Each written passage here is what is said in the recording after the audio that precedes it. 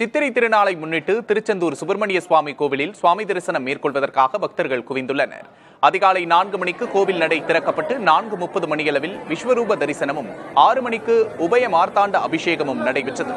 தமிழ்நாட்டின் பல்வேறு மாவட்டங்களில் மட்டுமின்றி வெளி மாநிலங்களைச் சேர்ந்த பக்தர்களும் சுப்பிரமணிய சுவாமியை தரிசிக்க வந்த வண்ணம் உள்ளனர். கடற்கரையிலும் நாழி கிணற்றிலும் புனித நீராடி புத்தாடை அணிந்து சுவாமி தரிசனத்துக்காக நீண்ட வரிசையில் பக்தர்கள் காத்திருந்தனர். துணை காவல் கண்காணிப்பாளர் மகேஷ்குமார் தலைமையில் பாதுகாப்பு பணிகள் மேற்கொள்ளப்பட்டுள்ளன.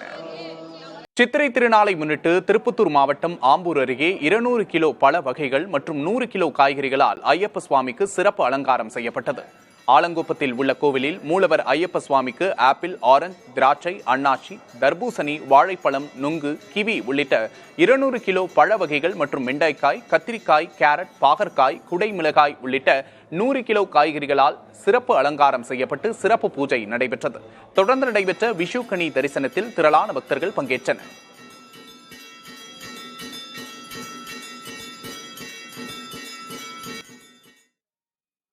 திருப்பத்தூர் மாவட்டம் வாணியம்பாடி நகராட்சி அலுவலகம் அருகில் வக்பு வாரிய சட்டத்துக்கு எதிராக கண்டன ஆர்ப்பாட்டம் நடைபெற்றது.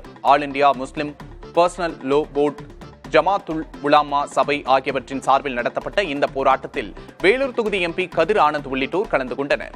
இதில் பல்வேறு பகுதிகளில் இருந்து 5000க்கும் மேற்பட்ட இஸ்லாமியர்கள் பங்கேற்றனர். தொடர்ந்து செய்தியாளர்களிடம் பேசிய திருப்பத்தூர் மாவட்ட காஜி அப்துல் ரகுமான், இஸ்லாமியர்களுக்கு எதிரான சட்டங்களை மத்திய அரசு தொடர்ந்து கொண்டு வருவதாக குற்றம் சாட்டினார்.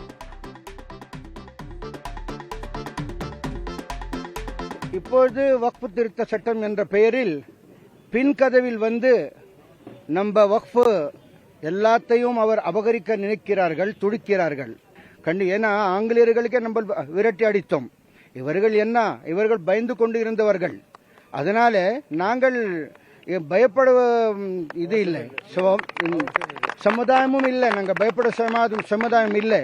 நாங்கள் இந்த சட்டத்தை நம்ம இந்தியாவை நாங்கள் மதித்து கொண்டு இங்கே இருக்கின்ற அம்பேத்கர் உருவாக்கிய சட்டத்தை நாங்கள் மதித்து கொண்டு இருப்போம்.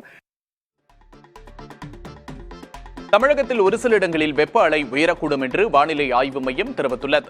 இன்றும் நாளையும் அதிகபட்ச வெப்பநிலை 2 முதல் 4 டிகிரி செல்சியஸ் இயல்பை விட அதிகமாக இருக்கக்கூடும் என்று தெரிவிக்கப்பட்டுள்ளது.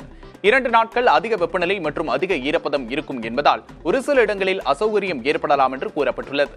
சென்னையை பொறுத்தவரை வானம் ஓரளவு மேகமூட்டத்துடன் காணப்படும் என்றும் அதிகபட்ச வெப்பநிலை 38 டிகிரி செல்சியஸ் முதல் 39 டிகிரி செல்சியஸ் வரை இருக்கும் என்றும் கணிக்கப்பட்டுள்ளது.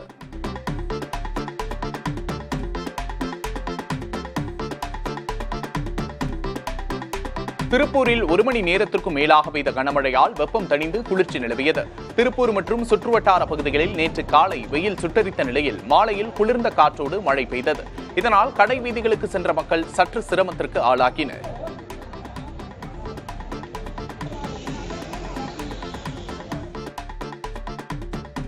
தமிழகத்தில் பல்வேறு பகுதிகளில் பரவலாக மழை பெய்தது. திருச்சி, முசிறி, புதுக்கோட்டை, திருமயம் சுற்றுப்பகுதிகளில் பெய்த மழையால் குளிர்ச்சியான சூழல் நிலவியது. தென்காசி மாவட்டம் ஆழ்வார்குறிச்சியில் வெளுத்து வாங்கிய கனமழையால் பூமி குளிர்ந்தது.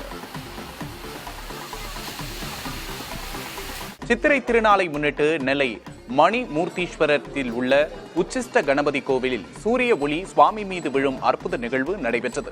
ஆசியாவிலேயே 5 நிலை ராஜகோபுரமும் விநாயகருக்கு தனி மூலஸ்தானமும் கொண்ட இக்கோவிலில் அதிகாலை நடை திறக்கப்பட்டு மகா கணபதி ஹோமம் நடைபெற்றது. தொடர்ந்து நடைபெற்ற மூலவர் மீது சூரிய ஒளி விழும் நிகழ்வை திரளான பக்தர்கள் தரிசித்தனர். இதேபோல திருவண்ணாமலை கிரிவலை பாதையில் திருநேர் அண்ணாமலையார் திருமேனி மீது சூரிய ஒளிப்படும் அற்புத நிகழ்வு நடந்தேறியது. சிறப்பு அபிஷேக அலங்காரங்கள், மகா தீபாராதனை ஆகியவற்றுக்கு பின்பு நமச்சிவாய மந்திரத்துடனும் அரோகரா முழக்கத்துடனும் அண்ணாமலையார் மேல் சூரிய ஒளிப்படும் நிகழ்வை பக்தர்கள் தரிசித்தனர்.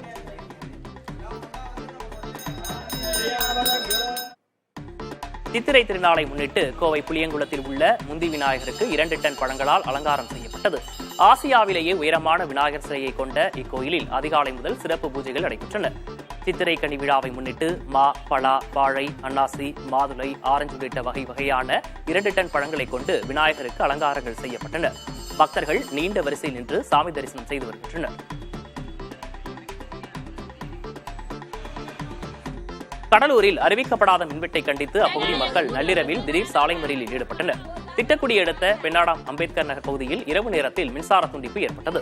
திடீரென அறிவிக்கப்படாத மின்நிறுத்தத்தை கண்டித்து அப்பகுதி மக்கள் விருத்தாசலம் திட்டக்குடி சாலையில் நள்ளிரவில் சாலை மறியலில் ஈடுபட்டனர். இதனால் அந்த பகுதியில் போக்குவரத்து பாதிப்பு ஏற்பட்டது.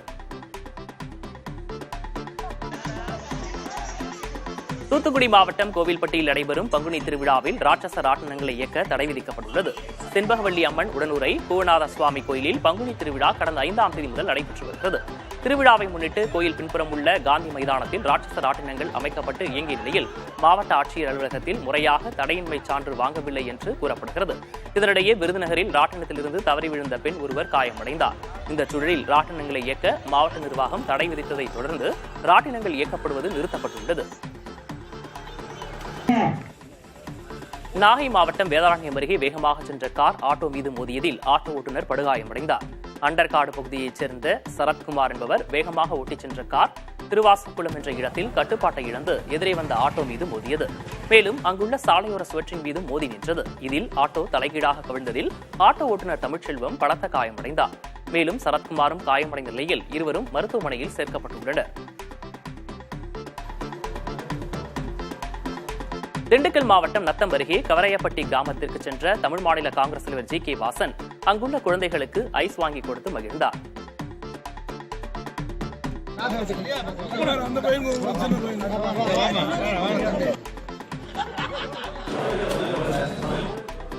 தஞ்சை மாவட்டம் பட்டுக்கோட்டையில் நாடியம்மன் கோயில் முத்துப்பல்லக்கு திருவிழா நடைபெற்றது. இதையொட்டி அலங்கரிக்கப்பட்ட முத்துப்பல்லக்கில் நாடியம்மன் எழுந்தருளினார்.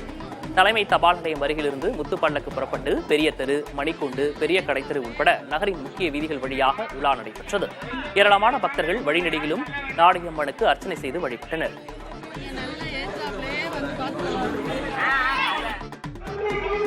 புதுச்சேரி மாநிலம் காரைக்காலில் மாவட்ட ஜமாஅத்து உலமா சபை சார்பில் வக்ஃபு சட்ட திருத்தத்திற்கு எதிர்ப்பு தெரிவித்து பேரணி நடைபெற்றது. காரைக்கால் புதிய பேருந்து நிலையத்திலிருந்து தொடங்கிய முக்கிய பேரணி வீதிகள் வழியாக பெரிய பள்ளிவாசலை சென்றடைந்தது. இதில் வக்ஃபு சட்ட திருத்தத்தை ரத்து செய்ய வலியுறுத்தி முழக்கங்கள் எழுப்பப்பட்டன.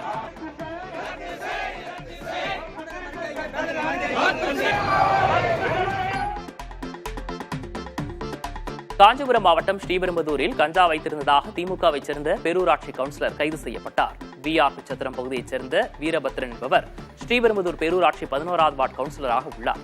இந்நிலையில் வி.ஆர். சத்திரம் அருகே கஞ்சா விற்கப்படுவதாக வந்த தகவலின் பேரில் காவல்துறையினர் வீரபத்ரன் வீட்டில் சோதனையிட்டதில் 1.3 கிலோ கஞ்சா பறிமுதல் செய்யப்பட்டது. இதையடுத்து கவுன்சிலர் வீரபத்ரனை ஸ்ரீபெரும்புதூர் காவல்துறையினர் கைது செய்தனர். திமுகவை சேர்ந்த இவர் மீது 2 கொலை முயற்சி உட்பட 16 வழக்குகள் நிலுவையில் உள்ளன.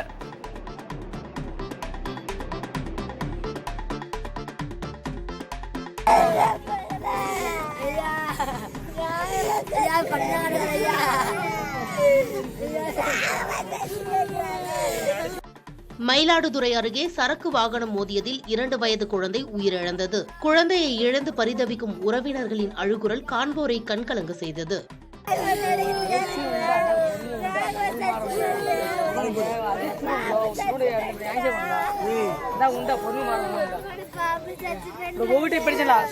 செம்பனார் கோயில் எதிரே சாலையோரம் பழங்குடியின குடும்பங்கள் வசித்து வருகின்றனர். அவர்களுக்கு உணவு தானம் அளிக்க சிறிய ரக சரக்கு வாகனத்தில் ரஜினி என்பவர் வந்துள்ளார். அவரது வாகனம் முன்பு 2 வயது குழந்தை ராகவன் விளையாடிக் கொண்டிருந்ததாக கூறப்படுகிறது. குழந்தை இருப்பதை அறியாமல் வாகனத்தை இயக்கிய போது வாகனத்தில் சிக்கி குழந்தை ராகவன் உயிரிழந்துள்ளார். அந்த வாகனத்தை பாமக நிர்வாகி செந்தில்குமார் என்பவர் புகைப்படம் எடுக்க முயன்றபோது காவல்துறையினர் தடுத்து வாக்குவாதம் செய்து தாக்கியதாக கூறப்படுகிறது. இதையடுத்து அந்த பகுதியில் திரண்ட பாமகவினர் காவல் நிலையம் முன்பு சாலை மறியலில் ஈடுபட்டனர். பின்னர் காவல் உதவி ஆய்வாளர் வருத்தம் தெரிவித்ததை அடுத்து மறியல் கைவிடப்பட்டது. இதனிடையே குழந்தையை பறிகொடுத்த உறவினர்கள் காவல் நிலையம் முன்பு செய்வதறியாது கதறி அழுத காட்சி காண்போரை கண்கலங்க செய்தது.